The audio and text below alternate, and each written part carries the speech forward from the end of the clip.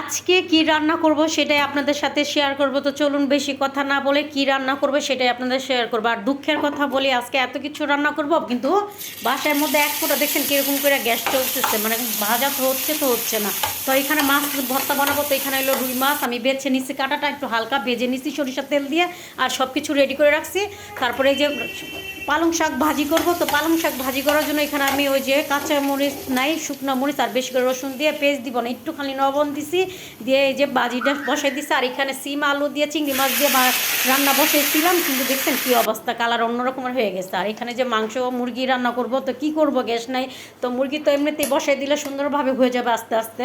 তাই এই যে আদা রসুন দিয়ে সব কিছু হাতে মেখে সব কিছু ইয়া করবো। তো এক এক করে হলুদ মরিচ লবণ সব কিছু দিছি।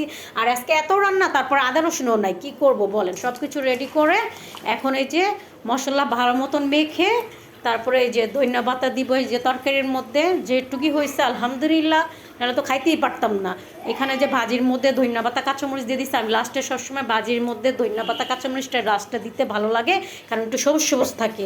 আর এখানে যে আবার এই যে শাকটাকে একটু লাড়া দিচ্ছে, আর এত পানি চলে আসছে। আর আশা করি আজকের ভিডিওটা আপনাদের কাছে ভালো লাগতে পারে, আর আমার বয়সটা কীরকম সেটাও কমেন্ট করে যাবেন। আজকে এই পর্যন্ত বিদায় নিলাম, আর আজকের ভিডিওটা অনেক